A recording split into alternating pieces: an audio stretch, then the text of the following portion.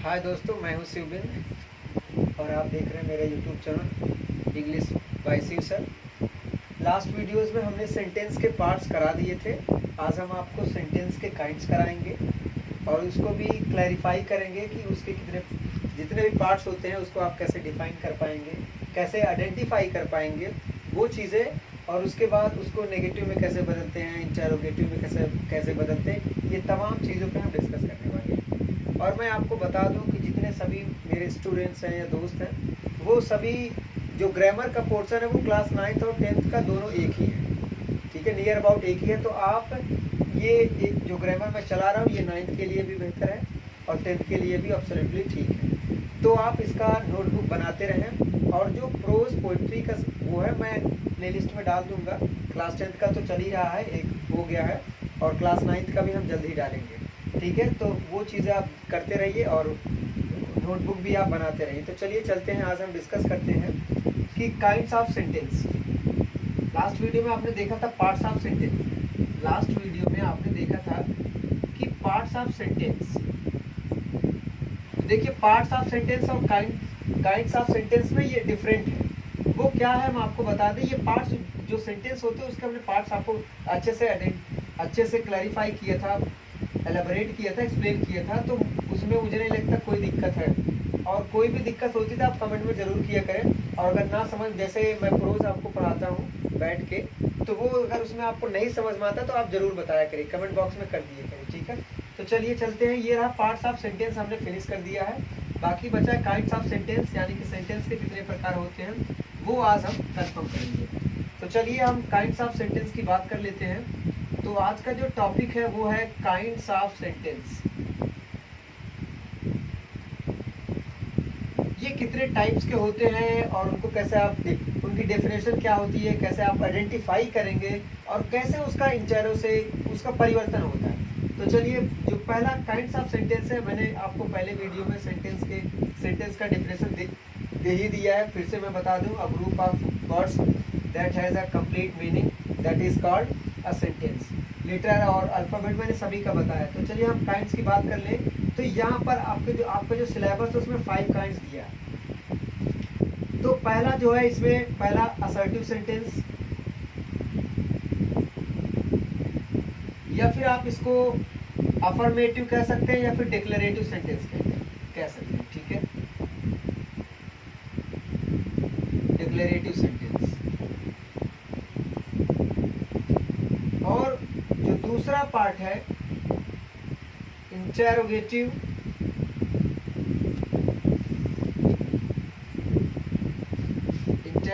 Sentence, और तीसरा आपका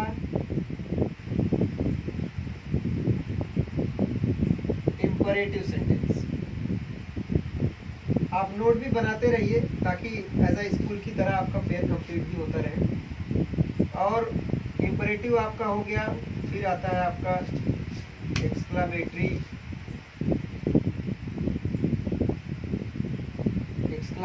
सेंटेंस, और पांचवा है आपका ऑप्टेटिव। देखिए, जब आप आगे जाएंगे तो आपको ये 5 काइंड्स नहीं मिलेंगे। इंपरेटिव और ऑप्टेटिव एक में आ जाते हैं, ठीक है। तो आपको 4 ही मिलेगा, वो imperative, exclamatory, interrogative, assertive. But आपके सिलेबस में जितना है हम उतना आपको कंफर्म कराएंगे। तो चलिए, ये रहा आपका असर्टिव सेंटेंस, को आप डिक्लेरेटिव, अफर्मेटिव कह सकते हैं। इस सेंटेंस को आप ये भी कह सकते हैं, अफर्मेटिव भी कह सकते हैं। रही बात फिर इंटेरोगेटिव, ये इंट्रोगेटिव मत पढ़िएगा, ये इंटेरोगेटिव है, और ये आपका interrogative imperative sentence, exclamatory sentence, optative sentence.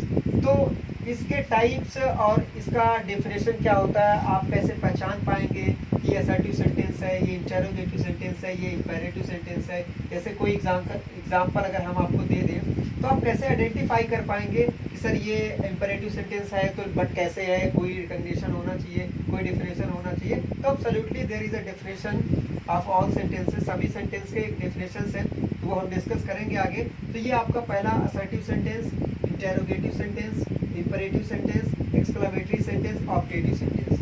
ये चीज़ें मुझे लगती हैं आपको क्लियर हो गई। अब हम बारी बारी से डिस्कस करेंगे कि असर्टिव सेंटेंस को आप क्या कहेंगे, डिक्लेरेटिव सेंटेंस क्या होता है। ये दोनों तो एक ही, एब्सोल्युटली एक ही है, तो आप इसमें कंफ्यूज मत होइए कि सर चाहे मैं अफर्मेटिव बोलूँ या फिर डिक्लेरेटिव बोलूँ या असर्टिव बोलूँ, तो उसका मतलब एक ही है, इतना आप अपने दिमाग में रखिए। इंटेरोगेटिव जो सेंटेंस होता है मैं आपको बता दूं, ये भी हम डिस्कस करने वाले हैं। दूसरा आपका इंटेरोगेटिव, फिर इंपरेटिव, एक्सक्लेमेटरी, ऑप्टेटिव। तो चलिए एक एक करके हम डिस्कस कर लेते हैं। तो सबसे पहले हम डिस्कस करेंगे असर्टिव सेंटेंस। तो ये अगर आप फेयर कॉपी में लिख रहे हैं तो वो आपके लिए बेहतर होगा, जब चाहें तब आप उसको रिवाइज कर सकते हैं। ठीक, तो चलिए असर्टिव सेंटेंस क्या होगा, कैसे आप मानेंगे, कैसे आप आइडेंटिफाई कर पाएंगे कि ये असर्टिव सेंटेंस है। तो चलिए हम डेफिनेशन की बात कर लेते हैं। ये रेड से दिख रहा है सर जी? हाँ दिखा। ये कह सकते हैं a sentence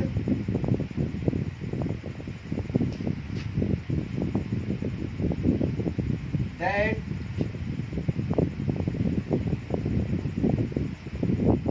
makes a statement, that's make a statement is called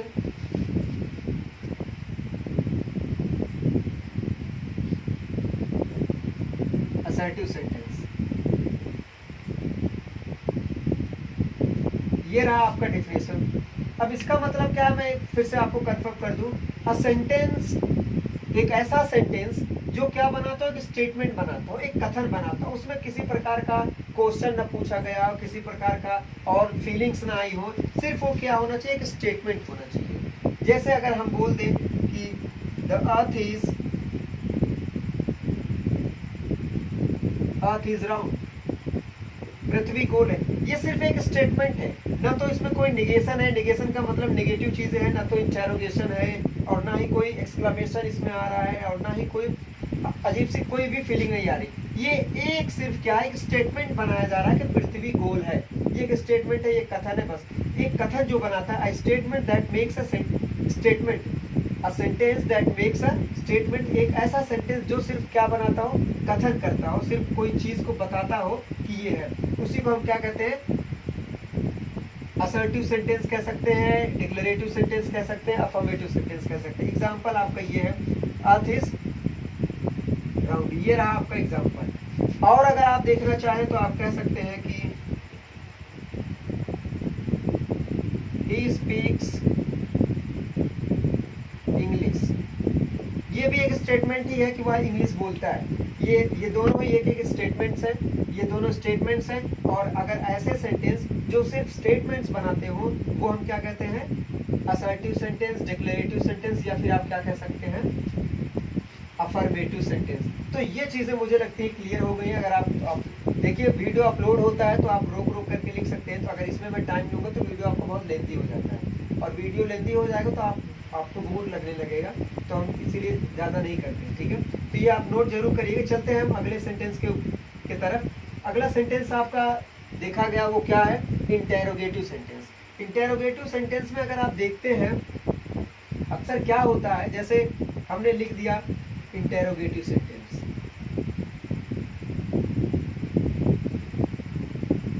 interrogative sentence. Interrogative sentence में अगर देखा जाए, ये जो आपका वर्ड है इंटेरोगेटिव, इसका मतलब होता है प्रश्नवाचक होता है। अब्सोल्युटली अगर आप ये प्रश्नवाचक है तो जाहिर सी बात है एक ऐसा सेंटेंस होगा जिसमें हमेशा प्रश्न पूछा जाता होगा। तो आप ऐसे कह सकते हैं, अ सेंटेंस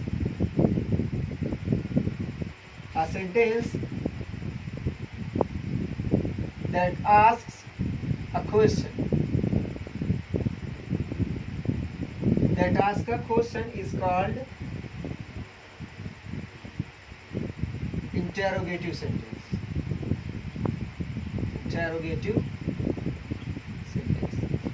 एक ऐसा सेंटेंस, ऐसा कोई वाक्य हो जिसमें क्वेश्चन पूछा जाता हो कि आप कौन है, क्या करते हैं, क्या नहीं करते हैं। अगर इस तरह का कोई सेंटेंस आता है तो वो एब्सोल्युटली क्या होता है। तो एग्जांपल के तौर पे हम समझ लेते हैं कि जैसे हमने पूछ लिया कि what do you like in sports,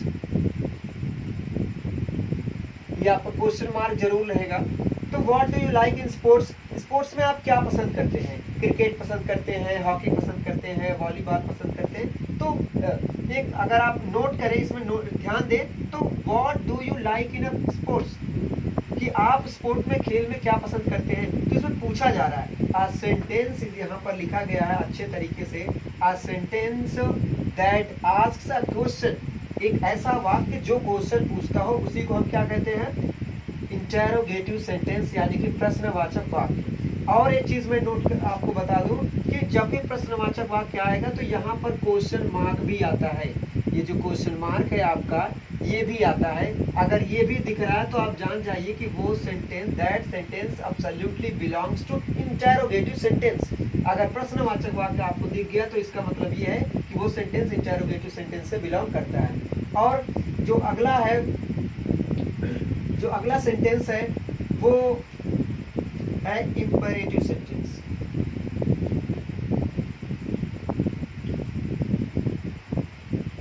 imperative sentence, अब ये क्या होता है इंपेरेटिव सेंटेंस। अब आप कहेंगे सर आपने असर्टिव बताया, इंटेरोगेटिव बताया, तो हम एब्सोल्युटली ये भी बताएंगे कि इंपेरेटिव सेंटेंस क्या होता है। अब देखिए इंपेरेटिव सेंटेंस की अगर हिंदी का शब्द देखें, अगर हिंदी को समझे तो इसका मतलब ये होता है कि भाववाचक। इंपेरेटिव आज्ञा सूचक होता है। अब आज्ञा सूचक होता है, इसका मतलब ये है कि जरूर इसमें कुछ ना कुछ होता होगा, आज्ञा जैसा होगा। तो चलिए मैं आपको डेफिनेशन लिखवा दूं कि अ सेंटेंस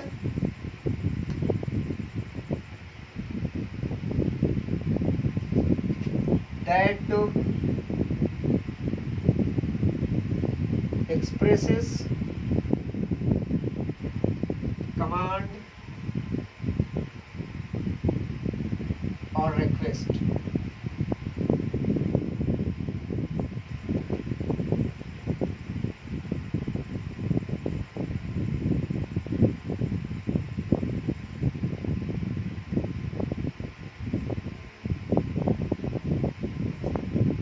एक ऐसा सेंटेंस, देखिए a sentence that expresses command request is called imperative sentence। ऐसा कोई वाक्य हो जिसमें क्या होता हो, कमांड हो यानी कि आदेश दिया जाता हो, रिक्वेस्ट हो जिसमें कोई विनती की जाती हो। तो इसका एग्जांपल हम आपको लिख दें, इसका एग्जांपल ये होता है कि कहते नहीं कि गो देयर, वहां जाओ।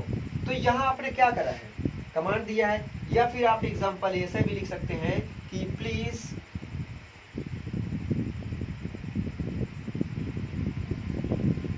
give me your phone, give me your phone। तो आपने क्या करा है, एक रिक्वेस्ट किया है कि please give me your phone. आपने क्या करा है, please give me your phone. तो ये आपका होता है इंपेरेटिव सेंटेंस। और मैं आपको बता दूं जो इंपेरेटिव सेंटेंस होता है उसमें उसका जो सब्जेक्ट होता है वो इनविजिबल होता है। सबसे अच्छा तरीका है आपको फाइंड आउट करने का कि उसमें सब्जेक्ट आपको दिखाई ही नहीं पड़ेगा। सब्जेक्ट वो हमेशा इनविजिबल होता है, और इनविजिबल के साथ साथ वो ऑलवेज आप कह सकते हैं वो हमेशा यू होता है। आप क्योंकि आप सेकंड पर्सन से जब भी कोई चीज कहेंगे वो सेकंड पर्सन से ही कहेंगे। ऐसा तो है नहीं कि आप थर्ड पर्सन से कह देंगे ये आप कर दो, ऐसा नहीं है। तो आप हमेशा ही क्या करते हैं कि सेकंड पर्सन से ही बात करते हैं, और सेकंड पर्सन आपका क्या होता है, यू होता है। तो a sentence that expresses command और request is called imperative sentence. जैसे गो देयर, आपने कहा कि वहां जाइए, और आप अगर रिक्वेस्ट कर रहे हैं कि please give me your phone, I have to call someone, मुझे किसी को फोन करना है, तो ये आपने रिक्वेस्ट किया, ये आपने कमांड किया। तो इस तरीके से मुझे लगता है कि interrogative sentence, imperative sentence and assertive sentence complete होता है और आपको समझ में भी आ रहा है। अब बचे दो सेंटेंस, एक्सक्लेमेटिव और ऑप्टेटिव सेंटेंस। तो चलिए देखते हैं इसमें क्या क्या होता है। और ये चीज़ें आप कोई भी दिक्कत हो तो आप कमेंट में जरूर बताया करिए, सर सब क्लियर नहीं है, या जो भी प्रॉब्लम होती है अगर आप बताएंगे तो हम उस प्रॉब्लम को दूर करेंगे। और जो भी समस्या अगर आती है तो आप कमेंट में कर देंगे तो मैं नेक्स्ट वीडियो में जरूर कर दूंगा। अगर ऐसा नहीं हो पाता तो मैं जो एक दिन का गैप होता है संडे स्पेशल, तो मैं उस दिन क्लास लेकर आपको क्लियर करा दूंगा। तो चलिए जो अगला आपका सेंटेंस है, अगला सेंटेंस आपका आ जाता है एक्सक्लेमेटरी सेंटेंस। एक्सक्लेमेटरी सेंटेंस, देखिए ये सब चीज़ें बहुत ही ईजी हैं, आपको बहुत अच्छे से समझ में आएगा। बाकी आगे की चीज़ें अगर आपको कठिन होगा फिर भी मैं इतना अच्छे से आपको एक्सप्लेन करूंगा कि आई होप आपको अच्छे से समझ में आएगा। तो एक्सक्लेमेटरी का सेंटेंस लगभग बहुत ढेर सारे बच्चों को पता होगा। तो a sentence that expresses a strong feelings.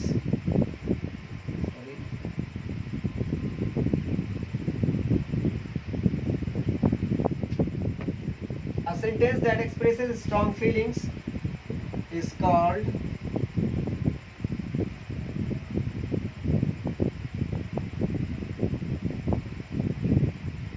exclamatory sentence. यानी कि ऐसा कोई सेंटेंस जो बहुत ही स्ट्रॉन्ग फीलिंग्स आपके जो हृदय से जो भावनाएं निकलती हैं वो अगर व्यक्त करे तो उसे हम क्या कहते हैं, एक्सक्लेमेटरी सेंटेंस। जैसे एग्जांपल में मैं आपको बता दूं कि और उसका एक्सक्लेमेटरी एक मार्क्स होता है वो ऐसे लगा होता है, ठीक है। तो ये भी जहाँ भी है तो एक्सक्लेमेटरी होता है और ऑब्जेक्टिव में भी ये लगा होता है, तो आप कंफ्यूज हो जाएंगे। एक्सक्लेमेटरी में आप क्या देखेंगे, जैसे hurrah We won the match, आप ऐसे ही लिखा जाता है हुर्रा। कि बहुत जब खुशी स्ट्रॉन्ग फीलिंग्स होती है जब आप क्रिकेट जीत जाते हैं किसी अपने एनिमी जो एंटी होता है तो आप बहुत ही खुशी हो जाते हैं, ये आपका क्या है। या फिर आप कहते हैं wow what a beautiful girl is, what a beautiful girl is. तो इस तरीके से आप जो स्ट्रॉन्ग फीलिंग्स को आप एक्सप्रेस करते हैं वो आपका कहलाता है exclamatory sentence. Exclamatory sentence, a sentence that expresses strong feelings is called exclamatory sentence. अब आपका बचता है सिर्फ एक सेंटेंस, वो बचता है ऑप्टेटिव सेंटेंस। ऑप्टेटिव सेंटेंस में क्या होता है मैं आपको बता दूं। ऑप्टेटिव सेंटेंस, इसको इरेज कर देते हैं, मैं सोच रहा था कि इतने में आ जाएगा, नहीं इरेज करके हम आपको अच्छे से क्लियर कर देते हैं। टाइमिंग क्या हुई, 17 मिनट। तो चलिए optative sentence.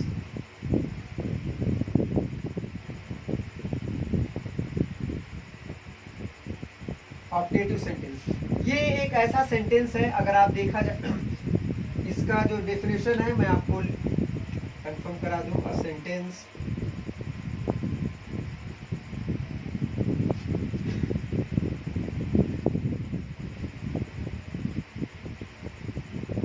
expresses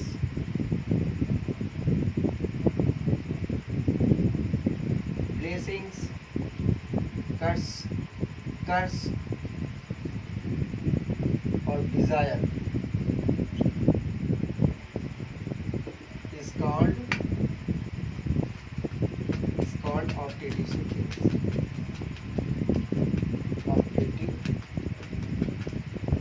optative sentence. तो देखिए ऑप्टेटिव सेंटेंस क्या होता है। Optative sentence, a sentence that expresses blessings, curse, desire, called optative sentence. देखिए इसमें क्या होता है कि आप जब किसी को ब्लेस करते हैं कि मे यू लिव लॉन्ग, भगवान करे आप लंबे उम्र तक जिए, या फिर कर्स कहते हैं may you go to hell, बाहर में जाओ, तो और जो डिजायर होती है कि बेस ये हम ये होते हैं, कोई डिजायर जब आपकी होती है, विशेष होती है, तो वो आपका क्या होता है। तो दो एग्जांपल हम आपको दे देते हैं। जैसे आप कहते हैं कि मे यू लिव लॉन्ग, ठीक है, इसमें भी एक्सक्लेमेशन वाला मार्क ही होता है। मे यू लिव लॉन्ग, भगवान करे आप बहुत उम्र तक जिए, ज़्यादा उम्र तक जिए और लंबे समय तक जिए, और ये आपका एक्सक्लेमेशन, ये आपका क्या है, ब्लेसिंग है। और कर्स में क्या आ जाता है, जैसे may you go to hell. तो इस प्रकार के जो होते हैं, ऐसा जो होता है भाव, वो क्या होता है, आपका कर्स हो जाता है। तो यही है आपका जिसमें ब्लेसिंग्स आए, डिजायर आए और कर्स आए, वो क्या आपका होता है, ऑप्टेटिव सेंटेंस होता है। आई होप आपको 5 काइंड्स जो हमने आपको बताया वो अच्छे से समझ में आ रहा होगा। और नेक्स्ट जो होगा वो हम आपको ये बताएंगे कि कैसे अफर्मेटिव सेंटेंस को नेगेटिव बनाया जाता है, यानी कि जो हमने पहला सेंटेंस बताया था, असर्टिव सेंटेंस आपको बताया था, तो असर्टिव सेंटेंस को कैसे नेगेटिव बनाते हैं। और ये जो इंटेरोगेटिव होता है उसमें भी थोड़ा सा 2 पार्ट्स में होता है, मैं उसको क्लैरिफाई, आपको पार्ट ही नहीं है बल्कि वो थोड़ा से उसके अलग अलग रूप होते हैं कि पहला यस या नो का क्वेश्चन होता है, एक होता है WS फैमिली का। तो वो क्या होते हैं मैं आपको अगले वीडियो में बताऊंगा। और आई होप कि सब चीज़ें समझ में आएंगी। जितनी अगर प्रॉब्लम होती है तो आप कमेंट बॉक्स में ज़रूर करें। और stay home, stay safe, stay studying at your home. आप घर पे पढ़ाई करते रहिए और अच्छे से